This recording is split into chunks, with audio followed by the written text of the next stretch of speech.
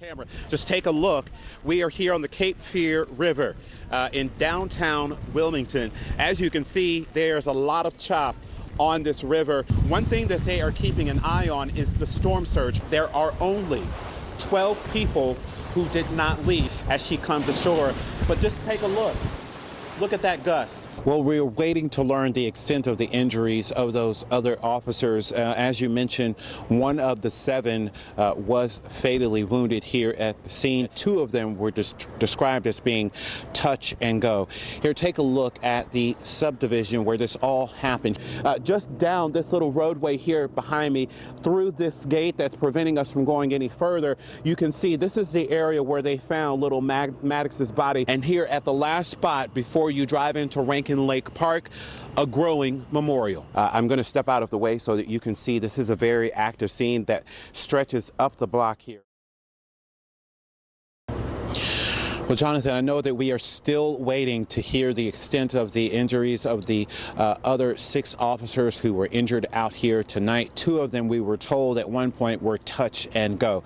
Here, take a look at the subdivision where this all took place here in West Florence, an upscale subdivision by the name of Vintage Place. And as you can see here, we still have a heavy police presence. As we take you to a picture of the officer that was killed out here tonight, we understand that his name is Terrence Caraway, and you're looking at him now. We understand that he just received his 30-year service pin.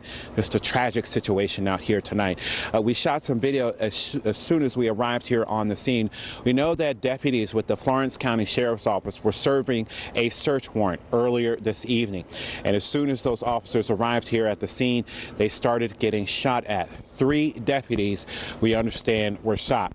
They called for help, and that's when Florence police officers arrived.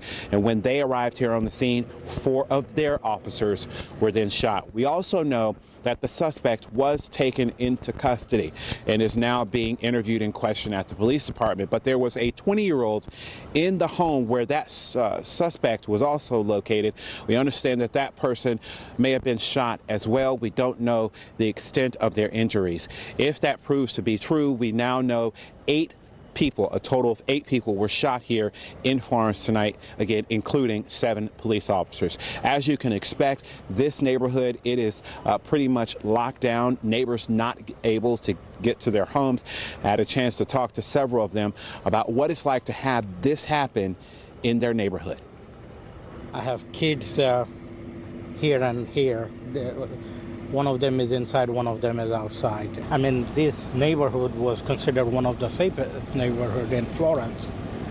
I mean, we never thought, so far I didn't even lock my doors, but I'm gonna make sure that I lock my doors and stuff like that. And we know that South Carolina Governor Henry McMaster has already tweeted that calling this shooting devastating. We know that President Donald Trump has also put out a statement, as well as a number of U.S. representatives and members of Congress, all reacting to this tragic shooting. The Florence Police Department and the Florence County Sheriff's Office are receiving help from, say, the Charleston County Sheriff's Office, as well as the State Highway Patrol, bringing in officers to help supplement while those departments deal with this situation. We're live here in Florence. Jonathan Lowe, Spectrum News. As you know, this missing child search has touched the hearts and minds of people across the country. Here locally, people have been asking us all week, what can we do to help? And law enforcement saying, just stay away from the search for right now. But one thing we have found, this coffee shop telling people how they can take part by lifting their prayers every day to hashtag Find Maddox. Father seeming to regret the decision to let his 6-year-old autistic son, who doesn't speak, have a little freedom during a weekend outing. It's torture. I just want my little boy back home. His son Maddox missing 5 days now. Ian Rich spoke out Wednesday about the massive effort to find him. Everyone out there searching, I appreciate everything you're doing. He says last Saturday was he and Maddox's first time ever visiting Gastonia's Rankin Lake Park. They were joined by an unidentified woman investigators still have little to say anything about. Once he started off a little bit, we just stayed back walking, and I could see him, and main line of sight, no problem. But then Ian says Maddox took off in a sprint, getting about 30 feet ahead. He likes running. I couldn't catch up with him. I feel guilt for letting him get so far ahead of me before I started running after him. At this point, the FBI and Gastonia police not questioning that explanation. We feel very confident that a lot of the information that they provided to us is accurate, and it's helped us. But officials still needing help from people at the park last Saturday, especially those jogging. Of the hundreds there, only a few have come forward. We really want to get 100% accounting for the people who were at the park that entire day. In intensive search with more than 300 involved, Gastonia Police Chief Robert Helton says there are no plans yet to scale this back. You know, I'm not ready to say when yet. I want us to keep searching. I want us to keep doing everything that we can to find this child. And so one of the people they are really looking to get in touch with that was at the park, they believe, last Saturday was a man that was driving a white pickup truck, and he may have also had on a camouflage hat. They said at the time that this all happened, he may have been loading a canoe onto his truck. Anyone who was at the park and may know anything about what may have happened to little Maddox Rich is asked to call the tip line. That number is 704-869-1075. Again, 704-869-1075. Live in downtown Gastonia tonight, Jonathan Lowe, Spectrum News.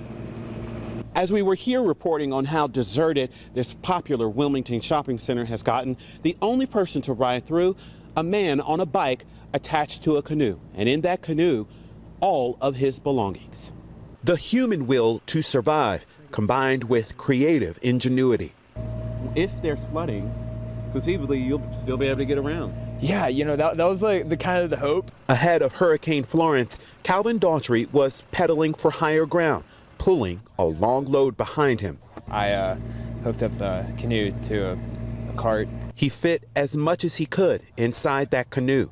My clothes, my bike, and various, school stuff. It was a real effort to preserve as much of his property as he could. Yeah, I live right by Johnny Mercer's Pier, and right now on the National Hurricane Center, that's a 6 feet storm surge above ground.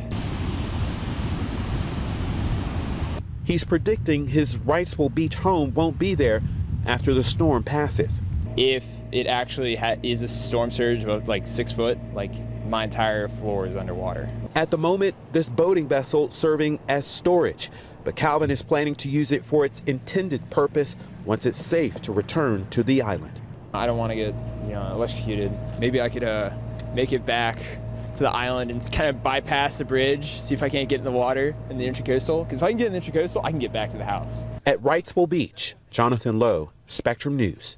Cassie Vodovsky describes a scenario of being hunted. There was just so many of them. I've never seen swarming like this before. The Fayetteville resident captured this viral Facebook video of her car surrounded. They're all over the window, just waiting. The size of what they're hiding from even confused her youngest child. Do you take care of the wasps?